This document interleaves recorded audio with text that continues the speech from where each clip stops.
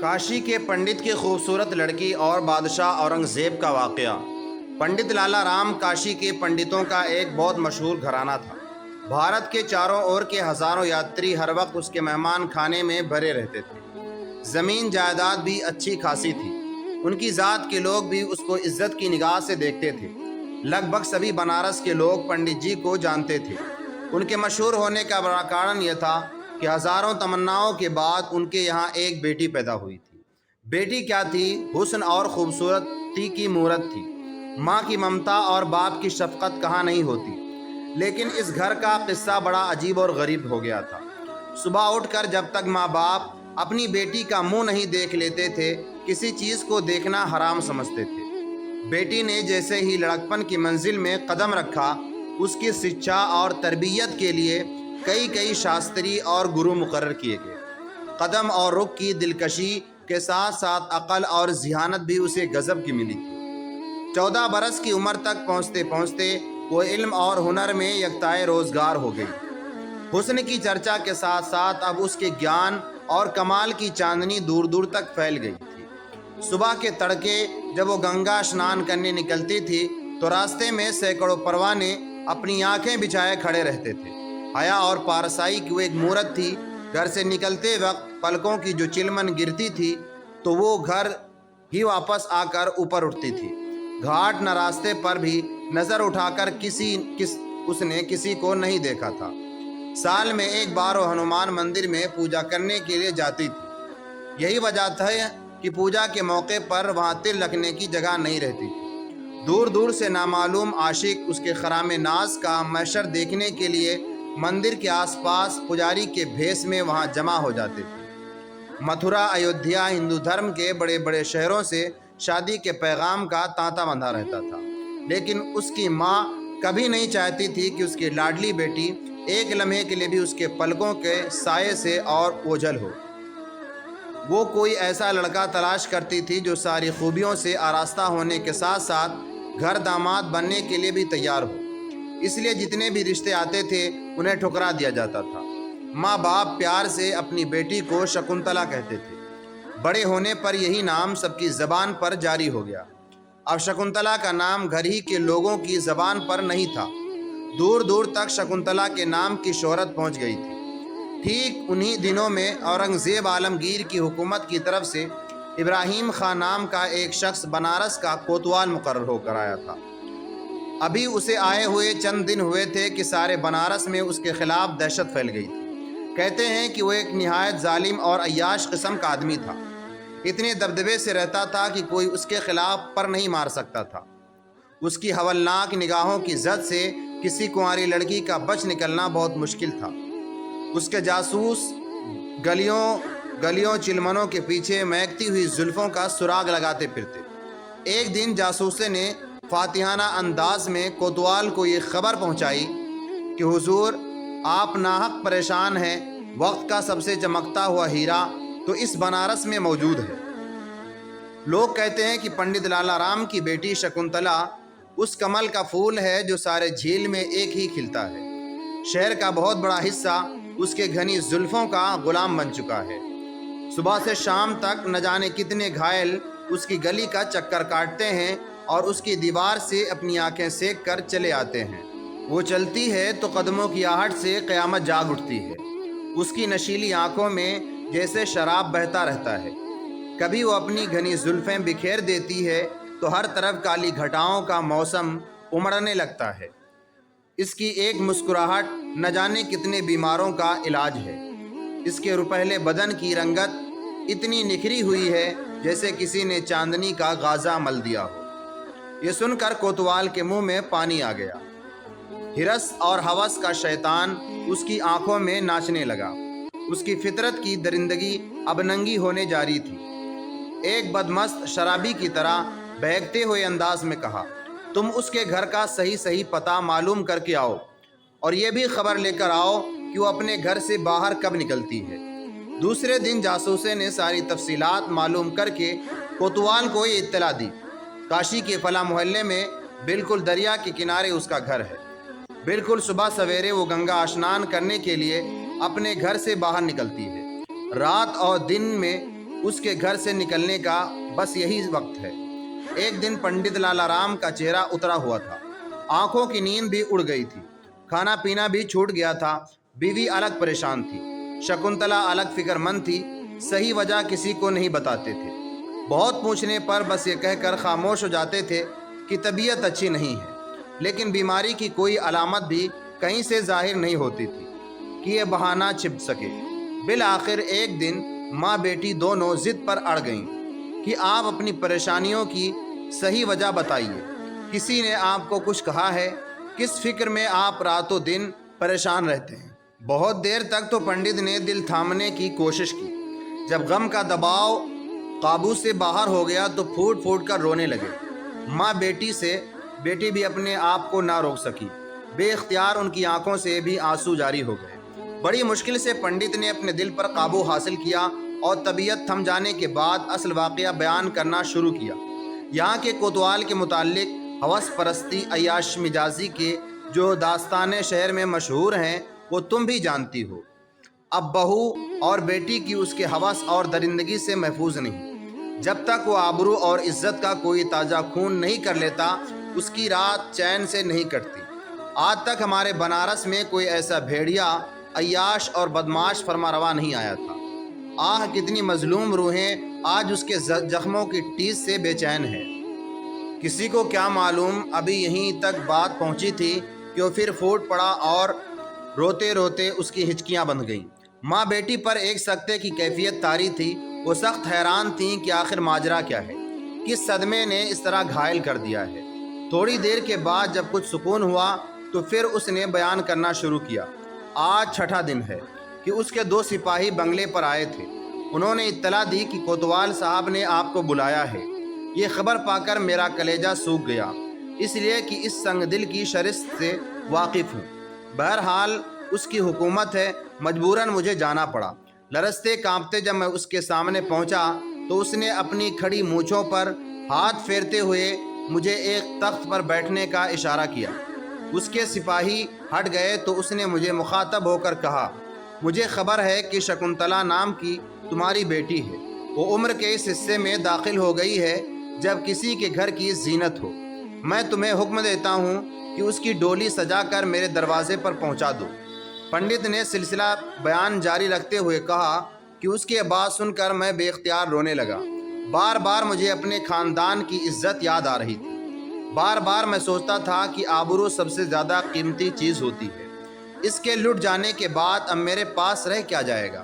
روتے روتے میرا حال برا ہو گیا، مگر اس ظالم کو ذرا ترس نہیں آیا۔ مجھے اسی حالت اضطراب میں وہ چھوڑ کر اٹھا اور کہتا ہوا چلا گیا کہ 1 ہفتے کی مہلت تمہیں دیتا ہوں۔ اگر اس مدت میں شکنتلا کی ڈولی میرے دروازے پر نہیں آئی تو یاد رکھنا میں اپنے سپاہی بھیج کر اسے اپنے یہاں اٹھوا لوں گا۔ کان کھول کر سن لو کہ بنارس کے سب سے بڑے حکمران کی زبان کے الفاظ ہیں۔ کمان سے نکلا ہوا تیر واپس لوٹ سکتا ہے مگر میری زبان کے الفاظ واپس نہیں لوٹ سکتے۔ کہانی کے آخری حصے میں پہنچتے پہنچتے پنڈت کا حال قابو سے باہر ہو گیا۔ اب اس کے رونے چلانے میں ماں بیٹی بھی پوری طرح شریک ہو گئی۔ عورت کا دل یوں ہی نازک ہوتا ہے اور وہ بھی ماں کی ممتا۔ گنگا کی لہروں کی طرح طوفان کا ایک طوفان برپا ہو گیا۔ ماں کا دل اس وحشتناک صدمے کی تاب نہ لا سکا اور وہ فرتے غم سے بے ہوش ہو گئی۔ شکنتلا اپنی ماں کی یہ حالت دیکھ کر پاگل ہو گئی۔ جلدی سے اٹھ کر منہ پر پانی کا چھینٹا دینا شروع کیا۔ کچھ دیر کے بعد ماں کو ہوش آ گیا۔ پنڈت کی آنکھوں کا آنسو بھی ضبط نہیں ہوا تھا کہ اس نے پھر بھرائی ہوئی آواز میں کہا، 1 دن کی مہلت باقی رہ گئی ہے، جتنا ہے رونا ہے رو لو۔ کل اس کے سپاہی آ کر ہماری بیٹی شکنتلا کو ہمیشہ کے لیے ہم سے چھین لے جائیں گے۔ آؤ کل ہمارے گھر سے شکنتلا کی ارتھی اٹھے گی، ہماری آرزوؤں کا چمن لٹ جائے گا۔ کیوں نہ ہم کل سورج نکلنے سے پہلے گنگا کی لہروں میں ڈوب جائیں۔ یہ کہتے ہوئے دہشتناک عالم میں اٹھ کر بھاگنا ہی چاہتا تھا کہ شکنتلا اس کے قدموں سے لپٹ گئی۔ بابو جی، آشا نہ توڑو، وقت سے پہلے ہمیں یتیم نہ بناؤ۔ بھگوان کی کرپا ہوگی تو یہ گرہ کٹ جائے گی، اور مان لو اگر وہی وقت آ گیا تو ہم سب کے سب ایک ساتھ ہی گنگا جی کی چرنوں میں اپنا شرن بنا لیں گے۔ بیٹی نے اصرار کر کے اپنے باپ کو خودکشی سے روک دیا۔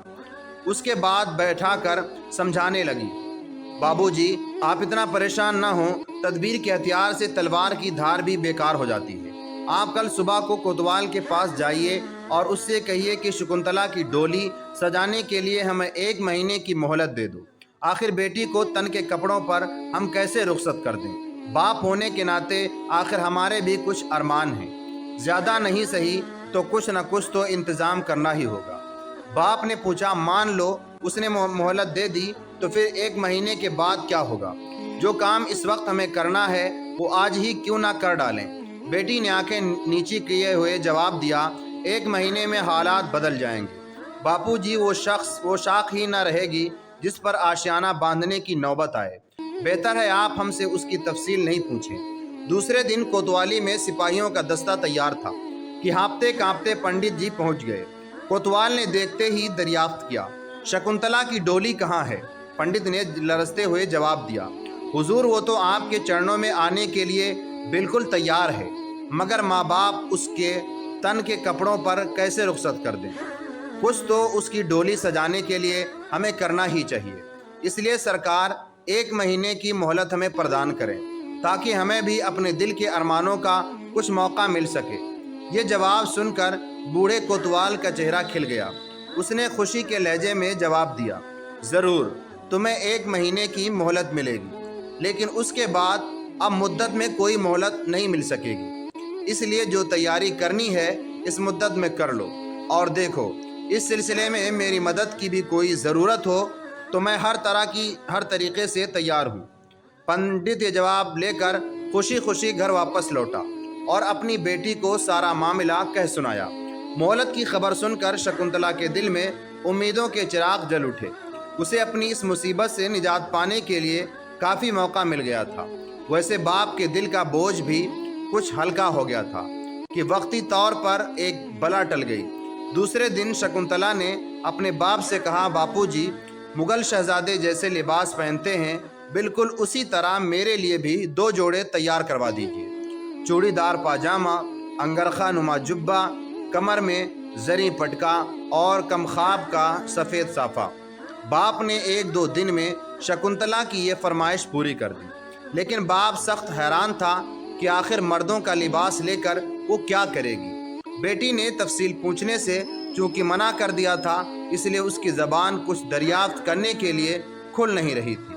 سارا سامان مکمل ہو چکنے کے بعد اس نے تیسرے دن رات کے وقت اپنے ماں باپ کو فیصلہ کن انداز میں کہا، اب میں آج رات کے کسی حصے میں اپنی مہم پر روانہ ہو رہی ہوں، ٹھیک 1 مہینے سے 2 دن پہلے واپس آ جاؤں گی۔ اس دوران آپ لوگ کسی قسم کی چنتا نہ کریں، میں جہاں بھی رہوں گی محفوظ رہوں گی، میری گمشدگی کا راز کسی پر ظاہر نہ ہونے دیا جائے گا۔ مجھے پورا وشواس ہے کہ میرا سفر بیکار نہیں ہوگا۔ اتنا کہہ کر اس نے اپنے ماں باپ کے پاؤں چھوئے اور اپنی خوابگاہ میں چلی گئی۔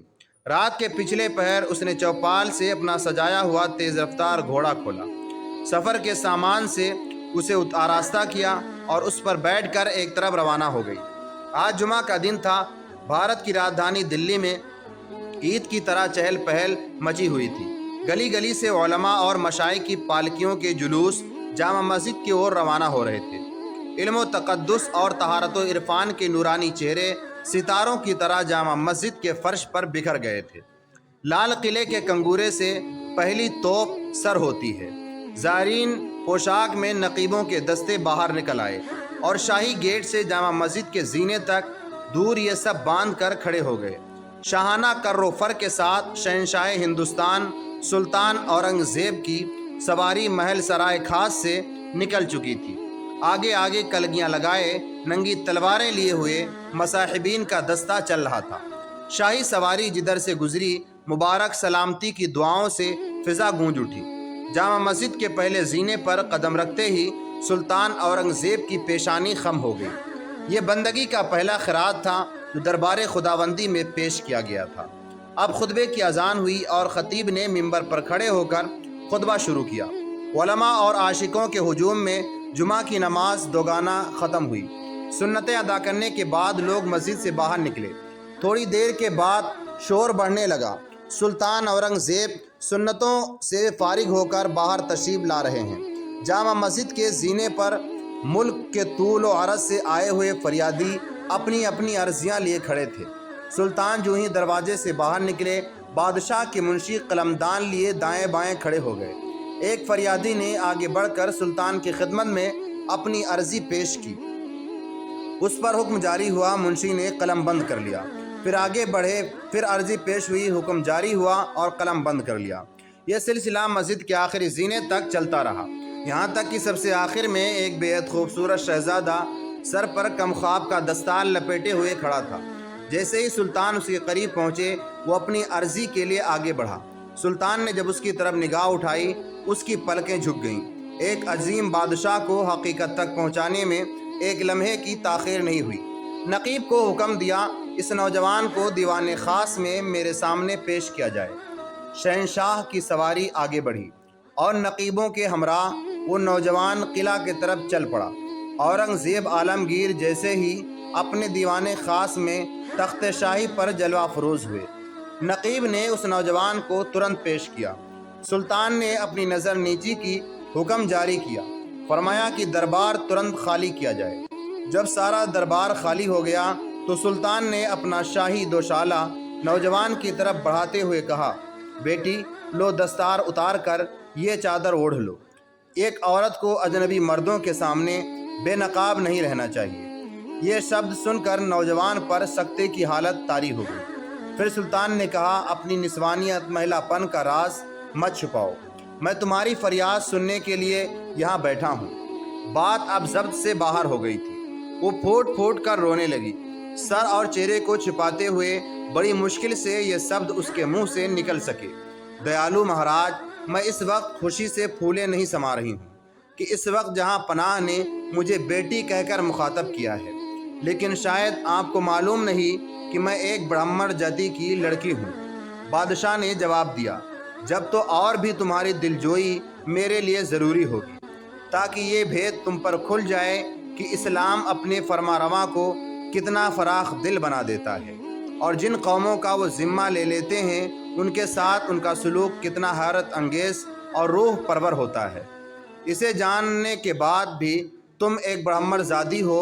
میرا جذبہ شفقت پھر تمہیں بیٹی کے ساتھ مخاطب کرتا ہے۔ شکنتلا یہ جواب سن کر حیرت اور مسرت کے اٹھے ہوئے سمندر میں ڈوب گئی۔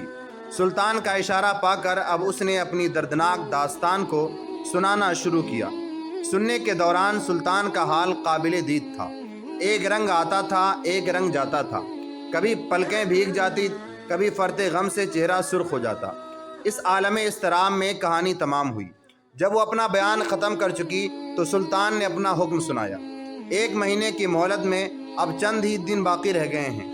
تم ترنت اپنے گھر واپس لوٹ جاؤ اور اپنے ماں باپ سے کہہ دو کہ وہ ترنت تمہارے ڈولے سجانے کا انتظام کریں۔ یہ حکم سن کر شکنتلا کے سارے ارمانوں کا خون ہو گیا۔ اس کے پاؤں کے نیچے سے زمین نکل گئی۔ وہ چادر کے ایک کونے میں اپنی آنکھوں کا آنسو پونچھتے ہوئے الٹے پاؤں واپس ہو گئی۔ نقیبوں کا ہجوم دیوان خاص سے باہر کھڑا تھا، ہاتھوں ہاتھ اسے قلعہ تک پہنچا دیا۔ سیدھے وہ سرائے پہنچی، اپنا گھوڑا لیا اور بنارس کی طرف روانہ ہو گئی۔ راستے بھر ناکامی کی چوٹ اسے ستاتی رہی۔ ایک بار وہ یہی سوچتی کہ بادشاہ نے اس کے ساتھ انصاف نہیں کیا، پھر بھی خیال آتا کہ بادشاہ کے منہ سے بیٹی کا خطاب معمولی چیز نہیں ہے، وہ ضرور اس کا حق ادا کرے گا۔ ماں باپ بے تابی سے اس کا انتظار کر رہے تھے۔ جیسے ہی اس کے گھوڑے کی ٹاپ کی آواز کانوں میں آئی، ماں خوشی سے چیخ اٹھی۔ شکنتلا آ گئی۔ بیٹی کو خیریت اور عافیت دیکھ کر ماں باپ کی خوشی کی کوئی انتہا نہیں تھی۔ انہیں یقین تھا کہ شکنتلا کا یہ گمنام سفر کچھ نہ کچھ ضرور رنگ لائے گا۔ رات کے سمے ماں نے شکنتلا کے سر پر ہاتھ پھیرتے ہوئے دریافت کیا، بیٹی تو اتنے دن تک کہاں تھی؟ اب تو بتا دے کہ کون سی مہم سر انجام دے کر لوٹی ہے۔ وقت مقررہ میں اب 2 ہی دن کا وقت بچا ہے، معلوم نہیں ہم لوگوں کا کیا انجام ہوگا۔ ماں کی آواز میں اتنا دردناک مایوسی تھی کہ شکنتلا کا دل بھر آیا۔ ناکامی کی چوٹ ابھر آئی، بے اختیار رونے لگی۔ ماں نے فرط محبت میں بیٹی کو سینے سے لگا لیا۔ تھوڑی دیر بعد شکنتلا نے ٹھنڈی آہ بھرتے ہوئے کہا، میں دلی گئی تھی، شہنشاہ کے حضور میں اپنی فریاد پیش کی، لیکن افسوس کہ وہاں بھی میری فریاد رائیگاں گئی۔ انہوں نے حکم دیا ہے کہ ڈولہ سجا کر کوتوال کے دروازے تک پہنچا دیا جائے۔ میں اس حکم کی تعمیل ضرور کروں گی، چاہے میری جان چلی جائے، کیونکہ شہنشاہ نے مجھے بیٹی کہا ہے، ایک بڑھمر زادی اپنے باپو کا حکم نہیں ٹال سکتی۔ شکنتلا کی یہ بات ابھی ختم بھی نہیں ہوئی تھی کہ پھر گھر میں گورام مچ گیا۔ ماں باپ نے لاکھ سمجھایا مگر وہ اپنی ضد پر اڑی رہی۔ تیسرے دن سپاہیوں کی حفاظت میں شکنتلا کا ڈولہ تیار کیا گیا۔ دل دھڑکنے لگے، گشی پر گشی آنے لگے۔ سارے محلے میں کوتوال کے جرم کی ایک بھیانک تاری ہو گئی۔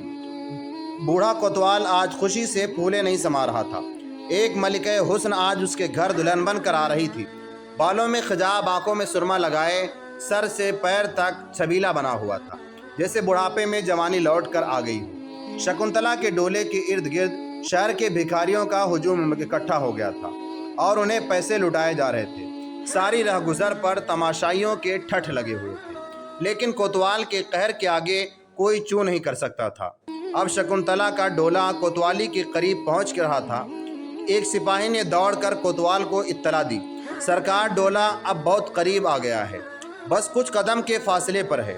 کوتوال نے اپنی کھڑی مونچھوں پر ہاتھ پھیرتے ہوئے کہا، ڈولہ اس وقت تک دروازے پر نہیں لگایا جائے جب تک کہ میں اپنے ہاتھوں سے خیرات نہ تقسیم کروں۔ اب ڈولہ دروازے کے قریب پہنچ چکا تھا۔ کوتوال شاہانہ تسک اور احتشام کے ساتھ باہر نکلا اور اپنے دونوں ہاتھوں سے بے تحاشا پیسے لٹانے لگا۔ بنارس کے بھکاریوں میں ایک لوٹ مچ گئی۔ مبارک سلامتی کے شور میں کوتوال کا حاکمانہ غرور انگڑائی لے کر جاگ اٹھا۔ جیسے وہ پیسے لٹا کر ڈولے کی اور بڑھنا چاہتا تھا تو ایک بڑے فقیر نے اس کے سامنے ہاتھ پھیلاتے ہوئے کہا، سرکار کا اقبال سلامت، مجھے بھی بخشش ملے۔ کوتوال نے تیور بدل کر جواب دیا، زمین پر یہ گرے ہوئے پیسے تجھے نظر نہیں آتے؟ اٹھا لے، انہی سے تیرا دامن بھر جائے گا۔ بوڑھے نے پھر خوشامد کرتے ہوئے اشارہ کیا، نہیں سرکار، زمین کے گرے ہوئے پیسے میں نہیں لوں گا، میں تو یہ آرامان لے کر آیا ہوں کہ سرکار کے مبارک ہاتھوں سے کچھ خیرات لوں۔ بوڑھے کے خوشامد سے مجبور ہو کر کوتوال نے جھنجھلاتے ہوئے کہا، اچھا بے، نہیں مانتا تو لے۔ یہ کہتے ہوئے جیسے ہی اس نے پیسے دینے کے لیے ہاتھ بڑھایا، بڑے فقیر نے اپنا میلا کچیلا لباس اتار کر پھینک دیا۔ اب وہ نظر اٹھی تو سامنے شہنشاہ اورنگزیب کھڑے تھے۔ کوتوال خوف سے کانپنے لگا، دہشت کے مارے سارے جسم کا خون سوکھ گیا، چہرے پر سیاہی چھا گئی۔ بت کی طرح بے حس بے حرکت کھڑا تھا کہ غصے سے کانپتے ہوئے شہنشاہ نے کہا، کیوں بے، اس کرتوت کے لیے تجھے بنارس بھیجا گیا تھا؟ دن دہاڑے میری رعایا کا خون کرتے ہوئے تجھے ذرا بھی شرم نہیں آئی؟ ایک ہولناک قہر، ظلم کا یہ تماشا رچاتے ہوئے تجھے اس کا بھی خیال نہیں آیا کہ سچ کے مقابلے میں اورنگزیب کی تلوار اپنے اور بیگانے کا کوئی امتیاز روا نہیں رکھتی؟ کیا تجھے یہ بھی معلوم نہیں تھا کہ سارا ہندوستان اسلام کی پناہ میں ہے؟ یہاں کے عوام کی عزت اور آبرو اور جان اور مال کی حفاظت ایک مسلم کا سب سے مقدس فرض ہے۔ فرط غضب سے شہنشاہ اورنگزیب عالمگیر کا چہرہ سرخ ہو گیا تھا، آنکھوں سے چنگاری پھوٹ رہی تھی اور کوتوال کا خون سوکھتا جا رہا تھا۔ اس دوران دلی سے چلا ہوا فوجی دستہ بھی آ گیا۔ اورنگزیب کی اور سے اشارہ کرتے ہوئے شہنشاہ نے سپاہ سالار کو حکم دیا کہ سیاہ کار کو ترنت کیفر کردار تک پہنچاؤ تاکہ دوسروں کے لیے اس کا انجام تماشے کے طور پر دکھ سکے۔ اس کی دونوں پیروں کو الگ الگ دو خونخوار ہاتھیوں کی ٹانگوں سے باندھ دیا گیا جائے اور پوری طاقت کے ساتھ ہاتھیوں کو الگ الگ دشاؤں میں دوڑایا جائے، یہاں تک کہ زمین پر اس بدنصیب کے ٹکڑے ٹکڑے بکھر جائیں۔